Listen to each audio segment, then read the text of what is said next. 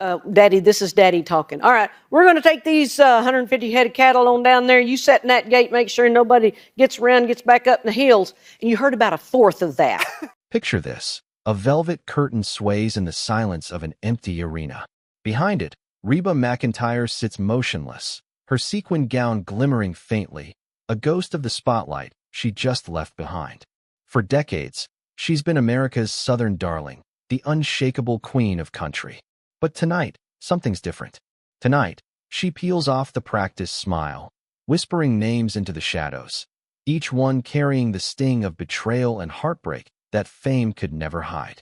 It all began with Kenny Rogers, the silver-haired showman adored by millions. To fans, he was a charming legend. But to Reba, he was the beginning of a brutal lesson in showbiz politics.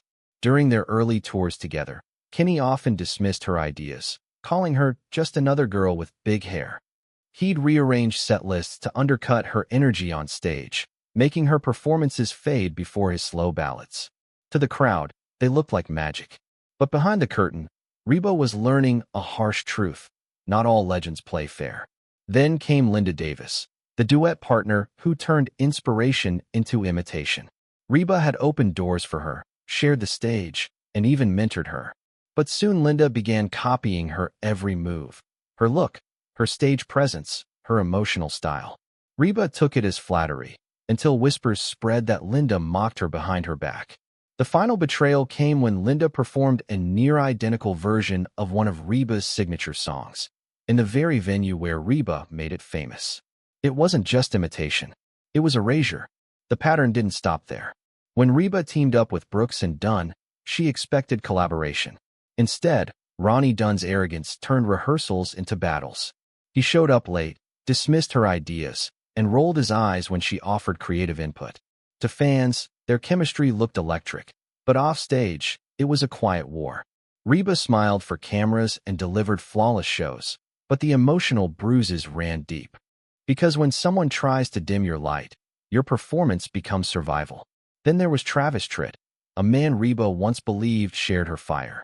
But behind the scenes, his ego filled the room. He cut her off in meetings, mocked her suggestions, and when Reba finally spoke up, he snapped, "Then don't do it." That moment cut deeper than any review ever could. Still, Reba performed like the star she was, flawless on the outside, furious inside. From that day on, she vowed never to share a stage with him again. But perhaps the cruelest blow came from Toby Keith. Reba admired his raw, unapologetic spirit, until one night, at a high-profile gala, he turned her into the punchline of a cruel political joke. The crowd laughed. Reba didn't. Days later, he released a song that fans instantly connected to her, a biting attack disguised as entertainment. When she confronted him, he shrugged, saying, "It's just showbiz." For Reba, it was the moment she realized that some wounds don't come from rivals. They come from those you once respected. Even Garth Brooks left his mark. Reba had defended him through every controversy, believing their loyalty was mutual.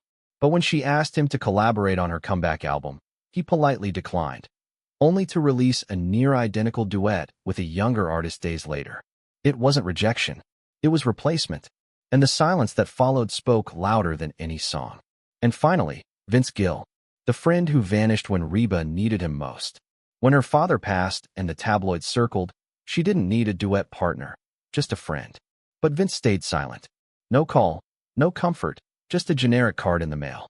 That absence, it broke something deeper than trust. These weren't petty feuds.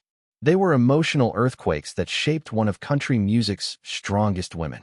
Through betrayal and heartbreak, Reba McEntire didn't crumble. She rose higher. Every wound became wisdom. Every heartbreak turned into harmony. The industry tried to mold her into something quiet and compliant, but she turned the pain into power. Today, Reba stands not just as a country legend, but as a survivor of an industry that often forgets its heart.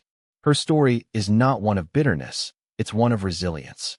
Because true country queens don't fall apart. They rise, and they shine brighter than rhinestones. This is StarLoop News, where we uncover the untold stories behind the legends. If you were moved by Reba's journey, don't forget to like, subscribe, and ring that bell, because every legend has a story, and we're here to tell them all.